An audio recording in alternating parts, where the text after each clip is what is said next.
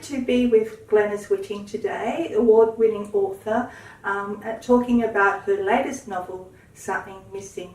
So Glenice, can you tell us about Something Missing? I'd love to tell you about Something Missing. I was so thrilled when MadeGlobal said they were going to actually publish this novel because it gave me a chance to thank a lot of people during the acknowledgement page, and so many people helped in this story. But Something Missing is actually based on my 35-year pen friendship with an older American poet and the influence that she had on my life. And I turned it into a novel because it gave me more freedom to write the story. But look, I really think that Tim of MadeGlobal actually captured what it's all about. And he says, Diane, a young Australian mother, meets Maggie, a sophisticated American poet, which is true, in a chance encounter. Everything, age, class, and even nationality separates them. Yet all is not quite as it seems. Maggie is grieving for her eldest daughter and trapped in a marriage involving infidelity and rape. Diane yearns for the same opportunities given to her brother. Their lives draw them to connect, and this is a story of two unfulfilled women finding each other when they needed it most. Their pen friendship changes them forever, and it's so true. You told us that this was informed by your real life.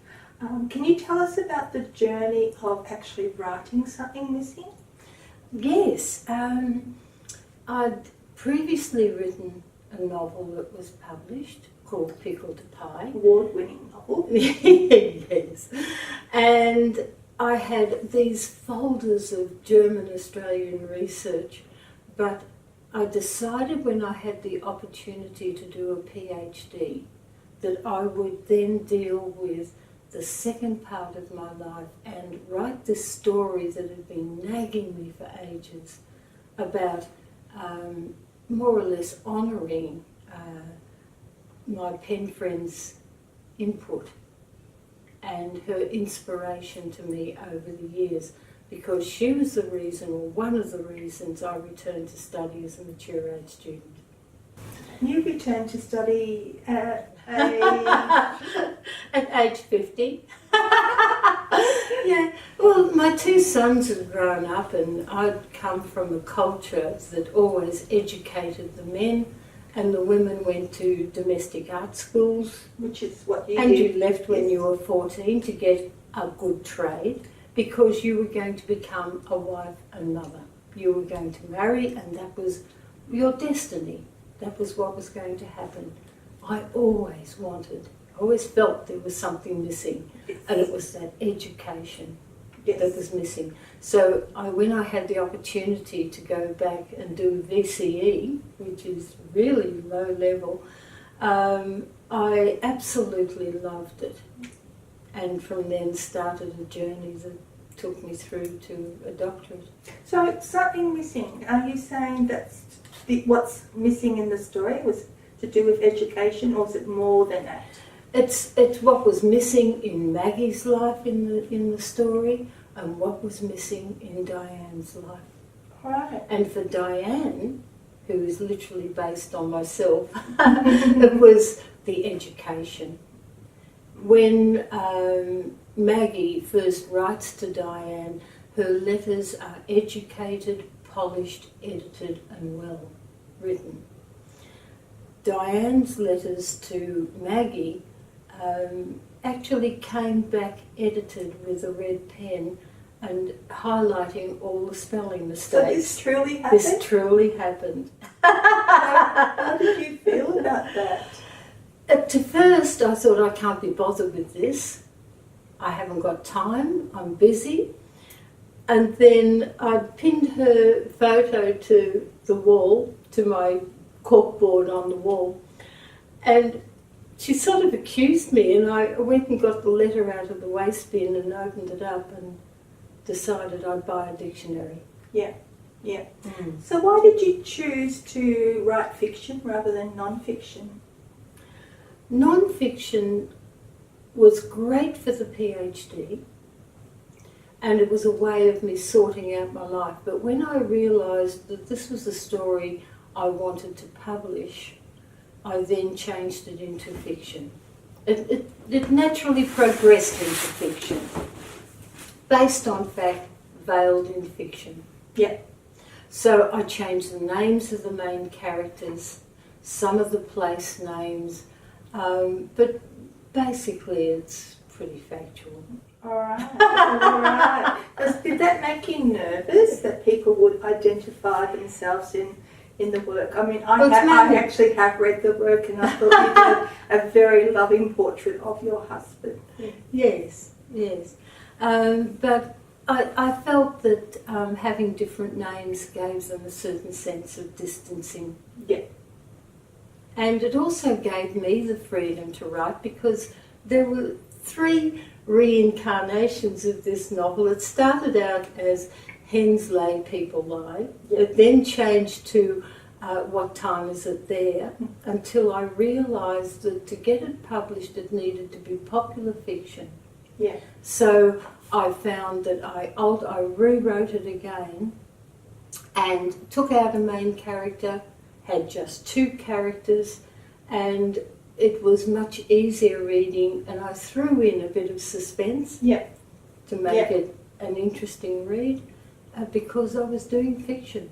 Yeah. I could do that with fiction. They call this sort of novel biofiction, don't Yes, yes, So inspired by true events, but yes. fictionalised. That's right, Mm. that's right. Mm.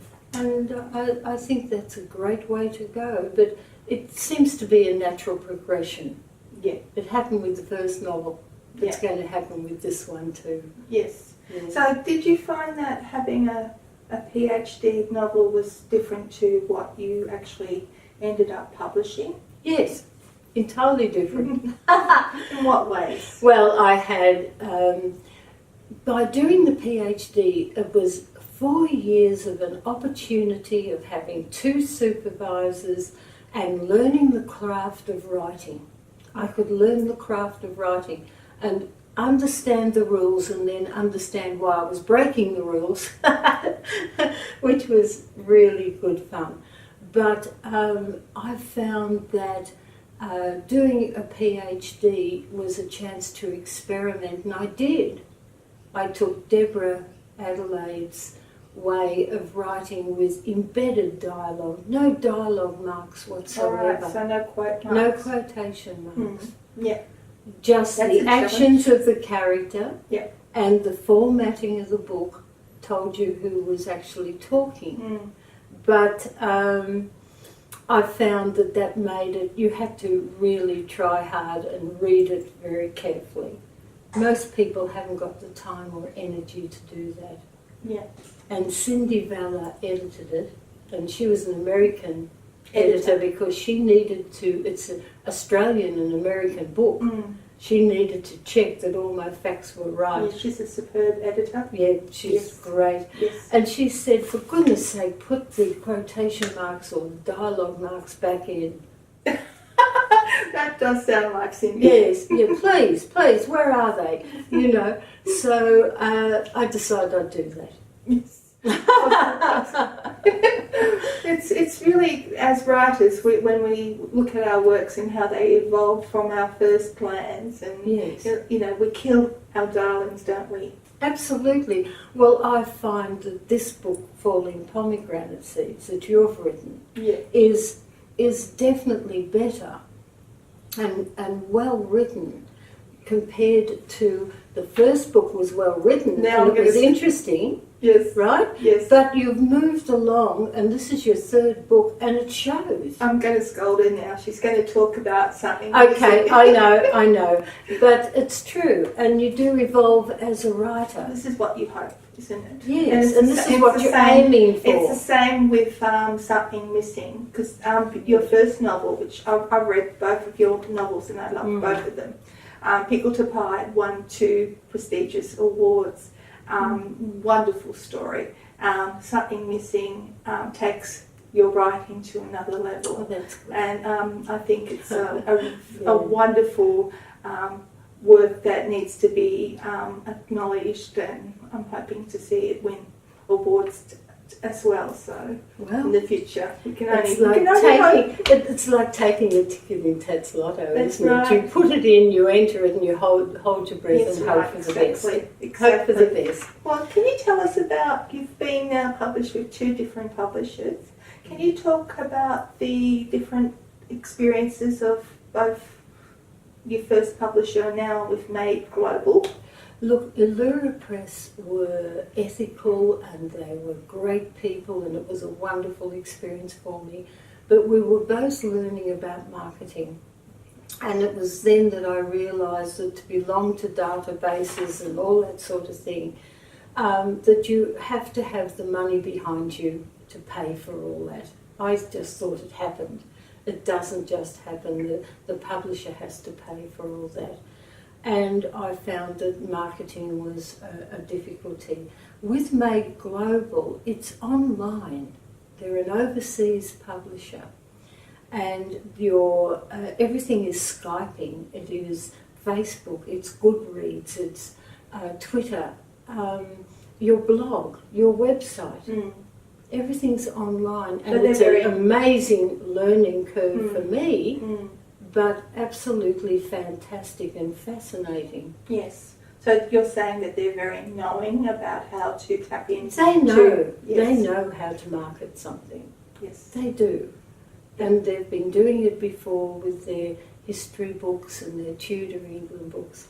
But I just find that it's absolutely a fascinating journey. We have a masterclass via Skype.